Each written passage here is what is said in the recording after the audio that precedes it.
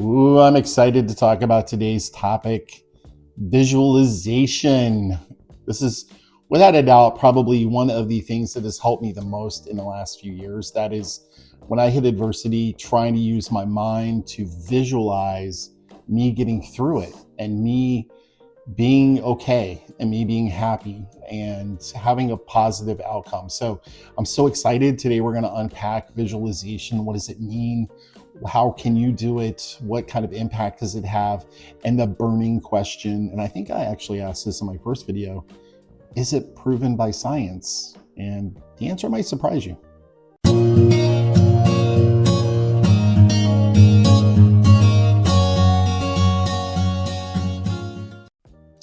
Hey, welcome back to Midlife Resilience. I'm Chuck Henderson. I am so glad that you're here. If it's your first time seeing one of these videos, welcome to this community. We're so glad to have you. Now, if you saw the original video, and if you didn't, I highly encourage you to go back and look at that. We laid out the 5 key pillars that have to do with building resilience and becoming the best versions of ourselves that we can be in the middle of our lives as adversity hits. And one of those really key pillars has to do with mental clarity or mental fortitude. Now, in all the work that I've done and just through my life experience and everything else, I truly believe that one of the main ways to build mental fortitude is through an exercise called visualization or mental visualization. And really what that boils down to is imagery in your own mind. And it deals with all of the senses. And we'll get into why that's important here in just a few minutes. But this is something that people have been doing for a long time. Elite athletes, LeBron James is known to do this. Greg Louganis, the Olympic swimmer. Michael Phelps is a big believer in visualization. Performers that are, Hollywood actors and so on. Now, you don't have to be one of those folks to be able to benefit from visualization. When adversity hits and when you are trying to overcome challenges in your life, visualization can be a great tool to really help you get to a better place. All right, so let's get into the top 5 things that I want you to know about mental visualization. And number 1 is going to answer that question I know is burning on your mind. And that is this backed by science? And the answer is yes. How cool is that? We have proof and scientific evidence that with repeated mental visualization, we are building the same neural pathways in our mind as we would if we went through the physical exercise itself. We're accessing the same parts of the brain and we're training our mind to deliver the same outcome. Okay, number 2 is, I didn't really know this one until recently, but a really important thing about visualization is you've got to engage all of the senses. This is about sensory imagery. So let's take, for example, I'm envisioning giving a presentation because I'm in sales. It can't just be me closing my eyes and seeing in my mind me giving that presentation. I have to quite literally taste the sip of water that I'm going to taste right before I give the presentation. I have to smell the room. So maybe there's a woman who's sitting at the table, I can smell her perfume.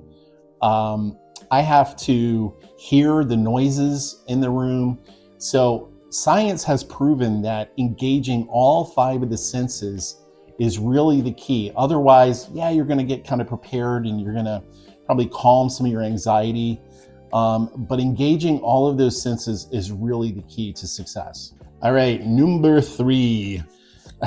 This one kind of ties into number 2, but you really want to focus on the process and not just the outcome.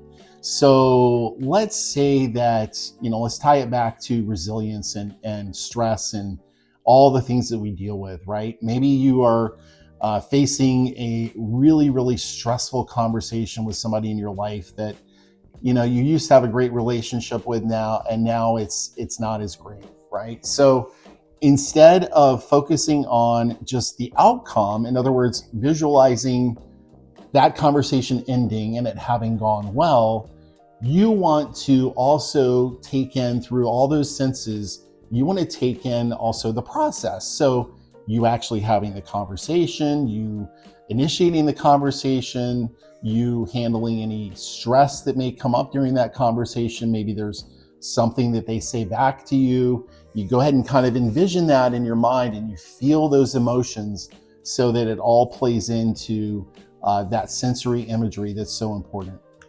All right, number 4, brief, repeated sessions of mental visualization are much more effective than one long, drawn out exercise. So in other words, every single day, you want to try and do this 15, 20 seconds throughout the course of your day. As we all know, days change.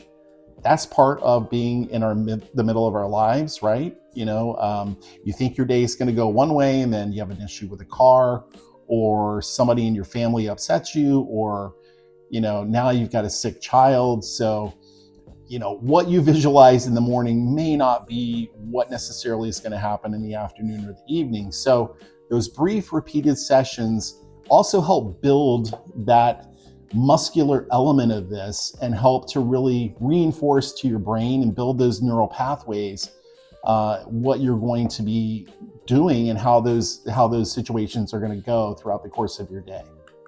All right, number 5 and the final one. So mental visualization helps reduce anxiety and it helps build self-confidence. Kind of a funny little story. When I was young, probably 7 or 8 years old, I used to have a really big fear of going to the doctor. Mom would take us in for our checkups or whatever. And I just had this fear, like most kids, I had a fear of needles, right? Am I going to have to get a shot today? Oh my gosh, am I going to have to get a shot? And I found myself at like 7 or 8 years old, in my mind, I would calm myself by actually seeing myself after the appointment. And I would reinforce to myself, hey, I'm going to survive. I'm not going to die in this appointment. I may get a shot, I may not. But either way, there's going to be an after the appointment that happens, right? I'm going to have dinner with my family. I'm going to play with my toys, play with my friends. I'm going to go to bed tonight. So it doesn't all end at the doctor's office. And so maybe that's why I'm a big believer in mental visualization. I've been doing it since I was a kid. And I tell you, it really throughout my life has helped me to reduce anxiety and to really handle adverse situations. You want to hear something really cool? So in 1996, they did this study where they went to Chicago and they got these young basketball players, and they divided them into 3 groups. And they held constant for skill level and age and size. But they had each of these players shoot free throws. And so they divided them into 3 groups. Group A, they said, okay, go away now for 30 days and physically practice your free throws. So just do repetitions of making your free throws. Group B, they said, go away, don't do anything. Don't practice, don't touch a basketball, nothing. Group C, they said, go away for 30 days and we want you to mentally visualize making the free throw. Don't actually physically touch a basketball, but here's the process for how you're going to mentally visualize you're making the free throw. And of course, they told them and taught them everything from how the gym smelled and the noise of the crowd and visualizing it all going all the way through the net and all of those different things, the emotion that comes with it.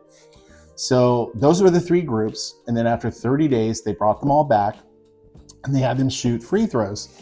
And they saw that with group A, who had done the physical practicing, they improved their free throws by 24%. So pretty big improvement. Group B, who had gone away and done nothing, they didn't really have any kind of change. There was no significant, change in the outcome there. Now with group C, the one that they had do just the mental imagery or the mental visualization of the free throws, they improved their free throw shooting by 23%. So only 1% difference between them and the group that did the actual physical practicing. I find that pretty fascinating. And to me, it just reinforces the fact that with mental visualization, you can train your mind to really do anything, to really see yourself going through the motion. So how does that translate to resilience? How does it translate to midlife resilience? again, in a myriad of ways. It can translate into you're going into a difficult situation with your boss. You're going to have a tough conversation. So before that, you do these reps of seeing it in your mind. You can hear him or her. You can smell the office. You can feel the emotion going through you. You can hear everything that's going on. So it really can help you in so many ways as you're facing adversity in the middle of your life. So now the question, how can you practice mental visualization? This is a really cool thing to me, is the fact that you can do this at home. It's free, and it's so powerful. If you just practice this and try it, I promise you it's going to make a difference. But basically, it's just common sense. You want to get in a comfortable position. You want to be able to sit somewhere comfortably or lie down. You want to make sure you're by yourself so that you don't have any distractions. Maybe meditate for a few minutes before that, just to kind of clear your mind. And then you want to focus on whatever it is that you're facing, whatever adversity is that you're facing. And again, the important thing here is you want to engage all of the senses. So whatever that may look like for you, you want to make sure that you're getting in all 5 of those senses, and just practice on a regular basis. Again, you want to do those short little sessions. You don't want to try and do like a long session to get ready for something, but practice it. It's much like building any other muscle. The more you do it, the stronger you're going to get, the more the muscle is going to build, and the more you're going to be able to use it to be even better and stronger. I really want to know from you, have you practiced visualization before? If so, what's your experience been? Good, bad, indifferent? Leave me a comment down in the comment section. I'd love to hear from you and hear what that experience has been like. So thanks so much. That's the video for today. We'll look forward to seeing you next Sunday. And again, remember, resilience is not something you're born with. It's something you have to work on every single day.